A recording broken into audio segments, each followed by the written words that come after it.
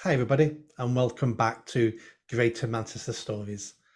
This episode's guest is Miah, and he's a little bit like me. He's had enough.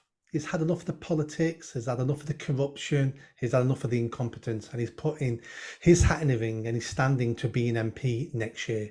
So, without further ado, welcome Miah to the show. Thank you. Thank you for having me, Nick. So, let's get into it. So, where are you standing? Why are you standing? What are the problems? What are the issues? I am standing in my hometown of Oldham. There are two constituencies. The one I'm standing in is Oldham West, Chadderton and Royton. The current MP is the recently departed Shadow Minister, Jim McMahon. He has 25,000 votes at the last general election, and the combination of all the other party votes did not even come close to his majority. So I know the scale of what we are up against, but I am confident that we can defeat him at the ballot box. And why does he need defeating?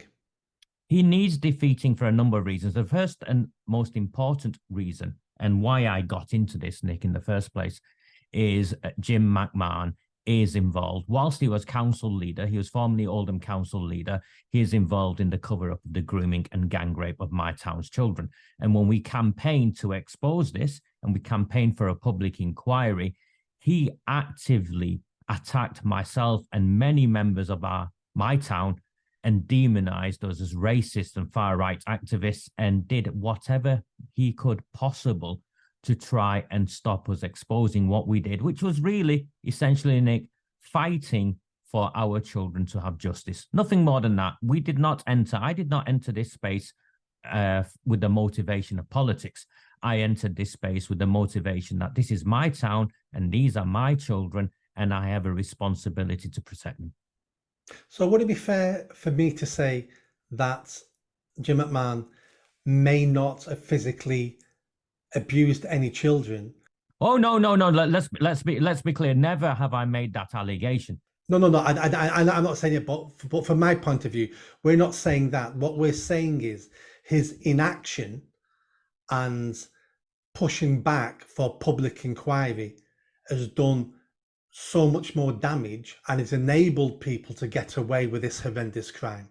Yes, and inaction is, with the greatest of respect, Nick, inaction is the wrong term. His actions, because as Andy Burnham's assurance review confirmed, and they tried to hide it in the small print, but it confirmed the politicians that ran our town knew what was going on and actively worked to keep the news hidden from members of the public. Now, I am a parent, Nick. I have an 8-year-old daughter. And as a parent of an 8-year-old daughter, I believe that the leaders of my town, of which Jim McMahon was at the time leader of the council, had a duty to tell all of us, and he did not. There's many times where politics is complicated and there's a nuance and you're trying to do something good, but you know it's going to lead to other things getting worse. And being a politician is not easy.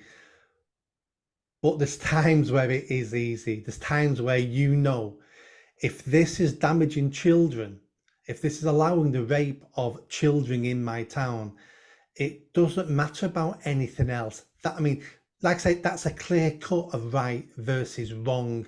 There is no nuance there. Nick, they celebrated, and when I say they, I mean Jim McMahon and his team of council officers.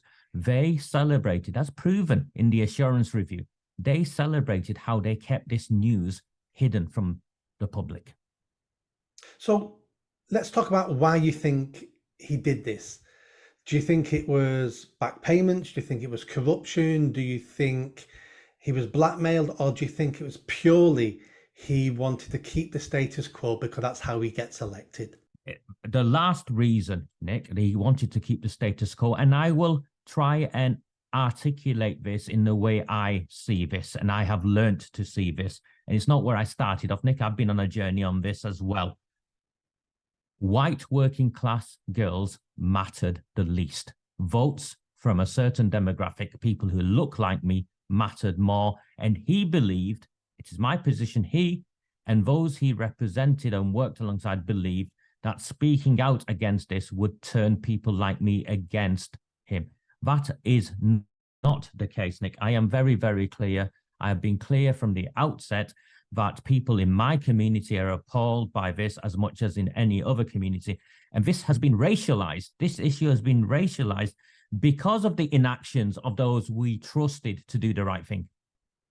I don't know any person from any race, from any religion, from any community who will condone the rape and abuse of children. I don't know any. No, neither do I. But what I do know is that this was done, and it's also in the report and the email trail that I exposed now 4 years ago or so, where the council were very, very clear. They had a desire, in their opinion, to maintain community relations. I do not think this maintained community relations. I believe their actions destroyed community relations. Furthermore, within the report, it is very clear that they were concerned, they kept this hidden, they were concerned because of the impact or the potential rise in support for the British National Party who were campaigning in Oldham at the time. I do not care, Nick. I am a Democrat. If the British National Party would gain votes for it, let them gain votes for it. I would have fought the British National Party and said, this is not a race issue. This is a child protection issue. And I, as a brown person, as a Muslim, have a duty to speak out. McMahon and his associates lacked the courage and the moral conviction to do what was right. And ever since then, they have been covering this up because they know once the truth comes out, they are in trouble, Nick. This goes back to what I talk about all the time, short-termism. They made decisions for the short term to get benefits out the short term, which was vote and be elected. They made decisions in their interest, Nick. Yeah, in their interest, not in the interest of our communities and definitely not in the interest of our children. Oh, absolutely. Interest for them to be voted in again, not caring the long-term implications when all this comes out, because they must know everything comes out eventually. Well, he claims he's resigned for health reasons. He resigned on the day, on the day of the reshuffle. I don't believe he resigned for health reasons at all, Nick. And what's come out last week in Rotherham is that the Labour Party are having to intervene and deselect candidates because Keir Starmer knows that come a general election, this issue will damage them, particularly in the white working class areas where they need to take back the red wall votes. Yeah, no one can vote for a party or for a politician who condones and was involved in child abuse, no matter how little they were involved. Again, I go back to what I said before, it's right versus wrong. You're on one side or the other. There is no middle ground on this. Nick, he knew that, and it's took me best part of 5 years, Nick, of using every bit of skill experience I have, trawling through documents, interviewing survivors, teachers who are brave enough to speak to me off the record, social workers, even politicians. The ringleader of the Rochdale grooming gang, Shabir Ahmed, worked for Oldham Council, Nick. He had a black book. He had access to children. We forced that out of them, and they knew who he was. There are politicians allied to Jim McMahon, Labour Party councillors who sit in the council chamber now, who knew who Shabir Ahmed was, what he was doing, and kept their mouths shut. How do we get you elected? Because you're like me, standing as independent, so you've not got a party machine behind you. I'm presuming you've not got £1 million in a bank to spend on your campaign. So how do we get you elected?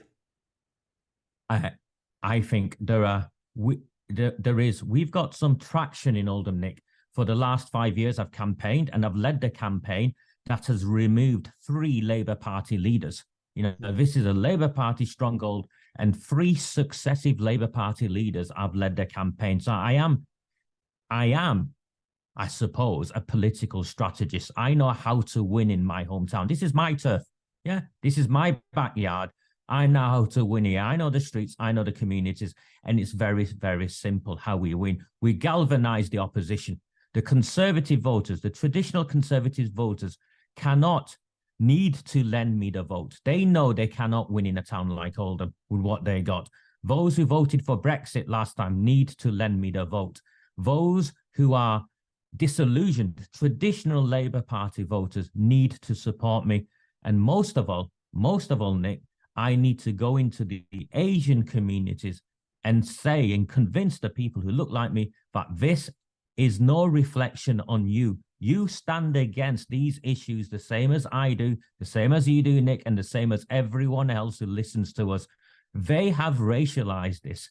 We need to rise above this and unite. We will win, Nick. We will, Nick, win by all communities working together and voting me and supporting me. And I'm very clear, Nick, I'm not in this for the money. The majority of whatever I earn, I'll hand back to local charities. This has got nothing to do with money, Nick. This has got everything to do with cleaning up my town and holding to account those who allowed my town's children to be groomed and gang raped.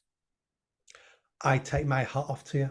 We need more people like you who love their community, love their town, and need to do something about it, because it's far too easy to moan. It's far too easy to blame the WEF. There's nothing we can do. We're being controlled. There's lots of things you can do. There's always something we can do, and that is the power of democracy in it. There is always something we can do. That's why you're standing. That's why I'm standing. And that's why across the country, people like us are winning, Nick. It's because we've said we've had enough. We know the mainstream parties will attack us. We don't care. We've got broad enough shoulders. And Nick, we've got a history and a pedigree where our past speaks for itself. Our work speaks for itself. I'm here for the right reasons. You're here for the right reasons. And we will succeed, Nick. We're pioneers and we will succeed. I'm sure we will. I'm sure we will. Thank you for coming on the podcast today. But before we go, if people are watching this and going, I'd like to meet them too, well, why don't you come to the city centre, Manchester City Centre, this Saturday afternoon, 1 o'clock, outside the town hall in St. Peter's Square.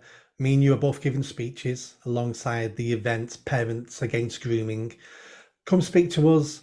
And if you can't attend, well, first of all, you should attend that, because you'll get to hear some people who have suffered at the hands of this incompetence and of this politicising child abuse. So listen to some of the victims about what they've been through.